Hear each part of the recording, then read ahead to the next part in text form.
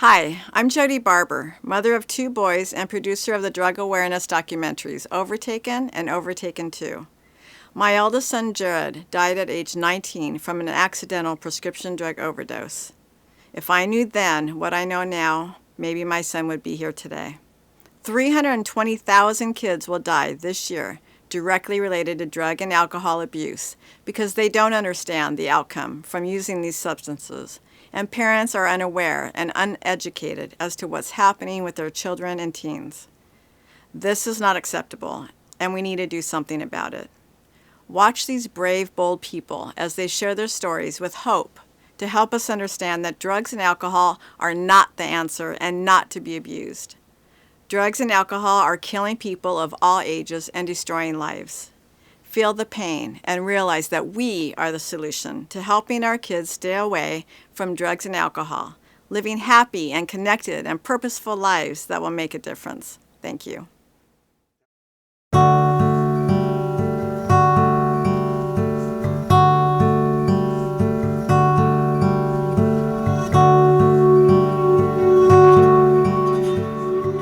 Parents have to be very involved in their children's lives, and the discussion of the ramifications of drug abuse needs to begin at home at the earliest possible time.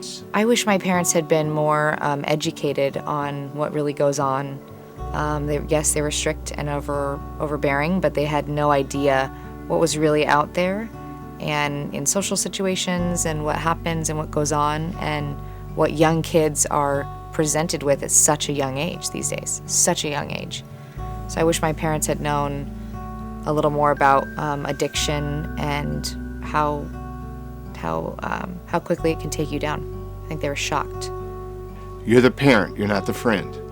You have to be the parent. Sometimes you got to make the tough call, but you got to be loving. A lot of the time with parents, we get the tough love thing. They get the tough part, but they forget the love part. I think that love could defeat anything. I think if they show that love and they give those kids that ability to come talk to them, right or wrong, to be able to have a format where they can exactly say what they need to say.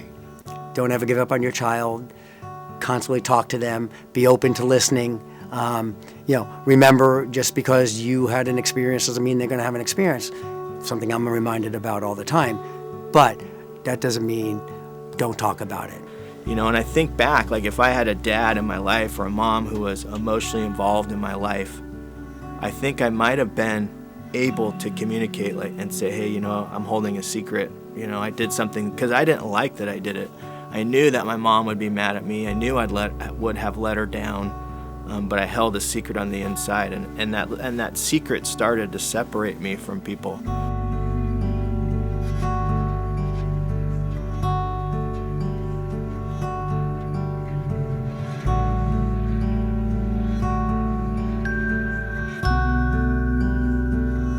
My father was a drinker and verbally abusive to my mom, and I didn't have any outlet to talk about that. I was afraid that if I said anything at school or to a teacher or a friend or their parents that they would split my family apart. I didn't want that. I didn't want to rock the boat. I was always walking on eggshells. I could never communicate or have an outlet for me to speak how I felt, and I bottled that up inside for years. I felt uncomfortable, and I didn't know what to do to make it feel better. I didn't know. There wasn't hugs at the house. There wasn't a lot of love at the house. I don't even remember my parents ever even touching me. I think the problem for the youth today is that many people give up around adolescence on their children.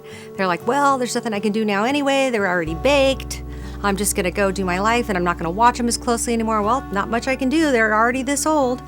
But I think those are the years when they have to be extra supervised, and they have to be watched even closer because they need so much support. I think parents get so scared and they want to scare their kids out of doing it, and it takes a lot of patience to watch people consider experimenting or thinking that's fun. I would say don't just listen to what your kids are saying. Listen to how they're saying it. Feel the emotion that your child is feeling. I just wish my parents would have listened more. to how I was saying what I was saying. Because when I said things to them and tried to explain how I was feeling, they just thought it was the ramblings of an 8 to 10-year-old kid. They didn't understand the true nature or level of depression or uncomfortability that I was feeling.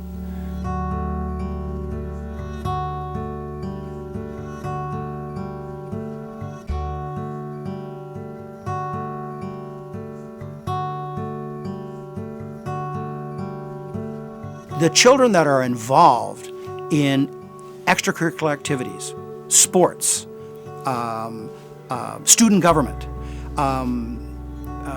animals, having pets, having responsibilities, having something to fill that time that in our very successful society we've created for our kids. That time has to be filled with something other than parties and gatherings with other kids, because that's a dangerous environment where drugs can be introduced very easily. I think it often is. And if a parent has not had that conversation with their son or daughter about staying away from that, and when they see it, get out of it, the peer pressure may be enough that persuades a kid to try it. So there's a huge factor with not getting the attention and the love, the physical love. A parent holding you, telling them that they love you. My parents are very non-affectionate. Get involved in their life, period. I mean, you made the decision to have a child, follow through with it. It's not about you anymore. Be there for your child, not only monetarily, physically, emotionally. If your child is in pain, whether that be any type of pain, and you can't provide the love and support that child needs, find someone who will. I would challenge the parents to get vulnerable with their children and talk about the fears of being a parent instead of trying to be so much of a parent. I think that we also need to make sure that we talk to them in the sense that we are always consistent, that we're always firm, and that we make sure that we're also compassionate and know that they make mistakes. We've all made mistakes. So as a result, we need to say, well, okay, we've made this choice, or you've made this choice, and now we just need to get past it.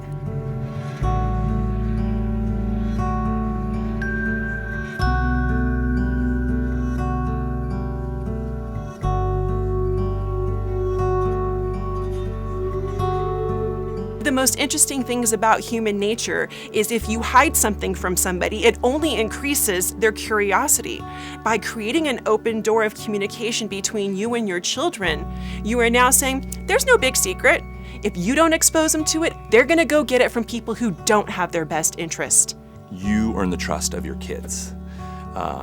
And that was mind-blowing for me, because kids are going to make decisions one way or another that aren't awesome. You know, whether it's drugs and alcohol, whether it's other things that it might be. But if they know that they can trust you through the good and through the bad, if they know that they can come to you and talk to you, that's the biggest win for you. Because creating that safe place for them to be able to share their feelings, share their hurt, share their pain, share their temptations, share their bitterness. If they know they have a safe space that they can trust you with, that will be an incredible foundation for your kids to not necessarily have to find those things elsewhere.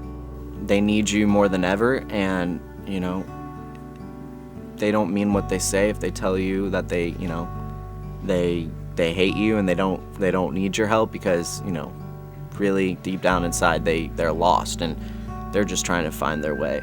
We have to be on top of what they're doing and who they're seeing and what they're texting and what sites they're on and who they might be talking to that could be dangerous for them.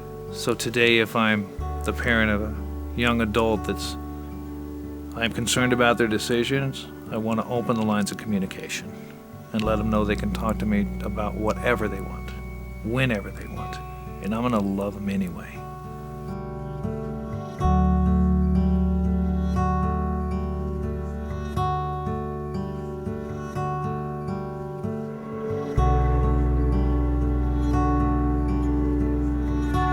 Whenever there is a drug awareness event, there's always something new popping up, great information. Show up, go to these events, and listen in and get educated. I wasn't educated. I knew nothing about these pills. Don't worry about what this looks like to your neighbors or your family, or don't worry about that. Take your ego and put it in the corner, because your ego won't matter if we're at a funeral. So why don't we just work together? Let's all put our egos aside and let's do whatever's necessary. You increase your odds of keeping your child off drugs if you are involved in their lives, if you are supportive of activities that have the best possible chance of the kids not getting engaged in drugs. So the bottom line is, it's got to start long before it gets to me. Teens start using drugs to feel less distress emotionally and to connect with people, but when they use drugs, the opposite happens. They end up creating a world of more distress and they become more isolated from others. The very things that they're trying to correct, their life becomes more distressful. So I think obviously, the whole program StopB4UStart is an amazing concept. I think they need to reach out for help. Not everyone knows. I think teens are really good at hiding things. So reaching out for help when they need it, there are people that can help them, whether it's a friend, a parent, a friend's parent, a school teacher, counselor. There are people out there that can direct them in the right direction and reaching out for help before it's too late.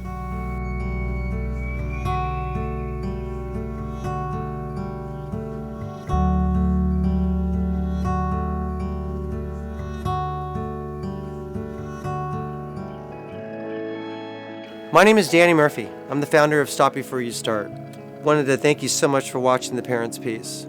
It's a very vital piece. It's a very important piece. It's about opening up the lines of communications with the family. Me growing up as a child, I never had communication with my family. I don't know if that makes me an alcoholic or not, but it made my chances a lot better being an alcoholic. I didn't really know who to talk to. I didn't know really who to trust. I didn't really feel safe at times. I'm not saying my parents were bad or they were good parents. I just didn't really have a relationship with my family. And I think it's very important that the parents step up and be able to connect with their kids. I think it's very important to know what they're doing in their lives. Pay attention. Since I watched the documentary film, I put the phone away when I pick up my son from school. I'll be able to take those precious moments to be able to connect with him.